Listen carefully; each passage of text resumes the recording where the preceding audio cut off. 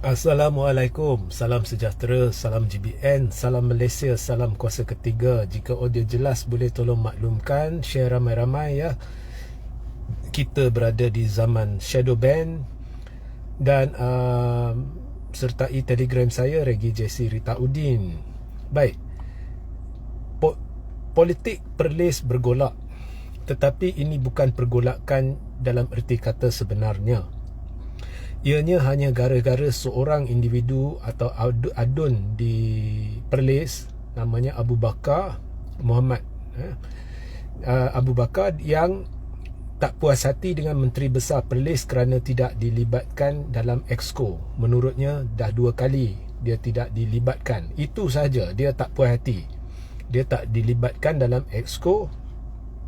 Dan lebih memalukan ialah dia telah memetik nama Tan Sri Muhyiddin Yassin, iaitu Presiden Bersatu, dan berkata Presiden Bersatu pun dah recommend, dah restui, tetapi Menteri Besar yang dari PAS tidak mengendahkan. So ini sudah jadi bahan propaganda pihak blok kerajaan atau spesifiknya Laskar Cyber Depa dan sebagainya untuk menyatakan tengok Perikatan Nasional bergolak Muhyiddin jadi boneka PAS lah, macam-macam ya, gara-gara seorang individu ini yang tidak sebenarnya membayangkan atau ada kaitan dengan apa jua hubungan antara PAS dengan Bersatu. So ini masalahnya ya, di mana ada individu-individu yang sebenarnya bersikap kebudak-budakan. Dan tindakan adun ini menunjukkan ianya secara tidak langsung, terang-terangan adalah satu kenyataan, saya nak jawatan, saya nak kedudukan, dan Presiden dah restui.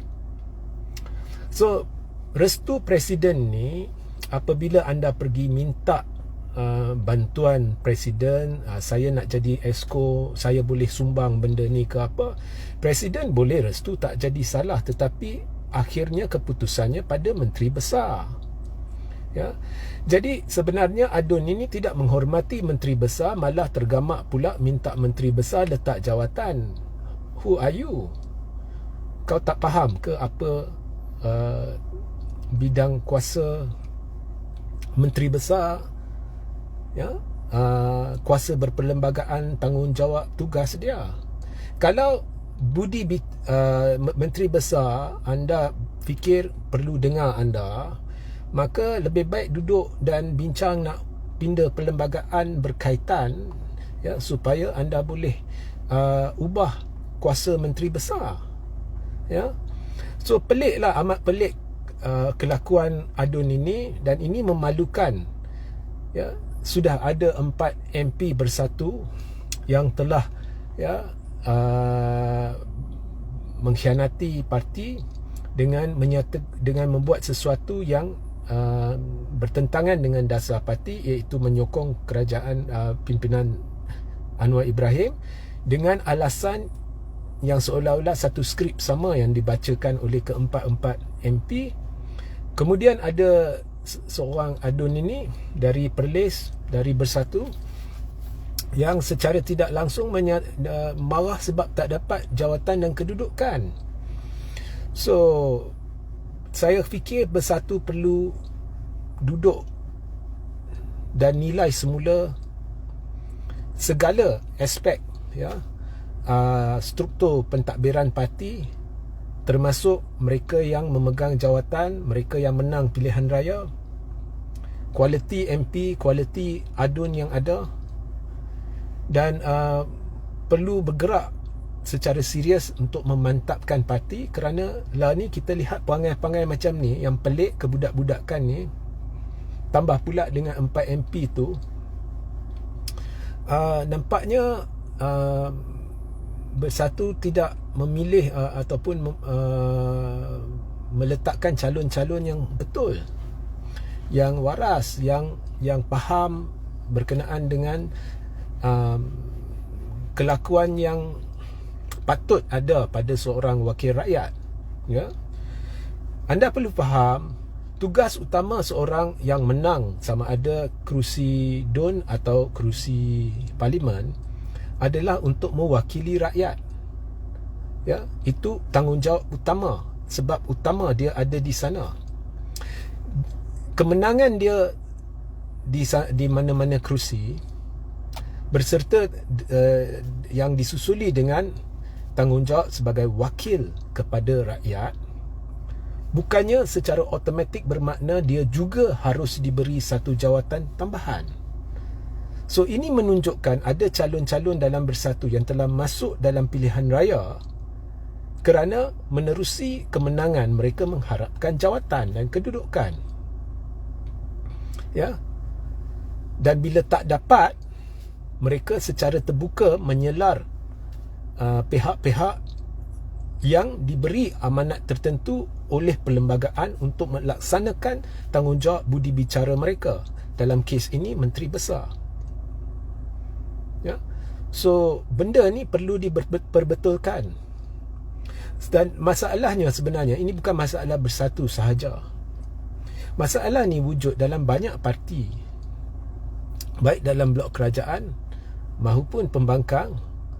Ya, dan bila saya kata pembangkang, saya bukan hanya cerita Bersatu, parti di luar pembangkang, di luar Perikatan Nasional, tak payah saya namakan lah. Bila pilih calon tu, ianya lebih kepada siapa kenal siapa. Dia ni orang ada orang-orang berkepentingan, dia ni rapat kepada orang-orang berkepentingan itu dan sebagainya. So inilah masalah yang akhirnya akan menjelma. Sekarang ni sokongan Melayu Islam padu bersama Perikatan Nasional. Jadi sudah sampai masanya Bersatu, termasuk PAS lah, saya nak adil lah. Tapi setakat ni tak ada masalah dengan MP PAS ke adun PAS. Tapi ya, menilai semula semua adun dan MP dia, dan apa yang harus dilakukan untuk memperbaiki keadaan pada pilihan raya akan datang. Ya. Malah Bersatu boleh ambil langkah, contohnya selepas 4 MP yang berpaling padah itu, untuk membuat satu perjanjian perundangan dan dengan kadar segera meminta semua MP untuk tanda tangani perjanjian itu, bahawasanya jika mereka melakukan demikian, maka secara mereka komit bahawa mereka akan bayar sejumlah denda. Letaklah denda 5 juta. Mungkin mana tahu esok ada orang offer mereka 5 juta, mereka tak akan berpaling tadah kerana akhirnya mereka kena bayar denda balik kat Bersatu 5 juta. Ya. So benda ni saya lihat tak dilakukan, ianya perlu dilakukan dengan kadar segera. So itu komen saya lah. Memang kebudak-budakan apa yang berlaku, ya, memalukan, ya. So ini hanya akan jadi bahan kempen untuk buat propaganda sebelah-belah sana, ya. If you don't settle it now, salah satu is masuk perjanjian, ya, dengan siap ada denda. Mereka komit kepada Bersatu, jika mereka buat begini mereka akan bayar begini, buatlah, ya. So itu sahajalah. Sehingga kita berjumpa di live seterusnya. Assalamualaikum, salam sejahtera, salam GBN, salam Malaysia, salam kuasa ketiga.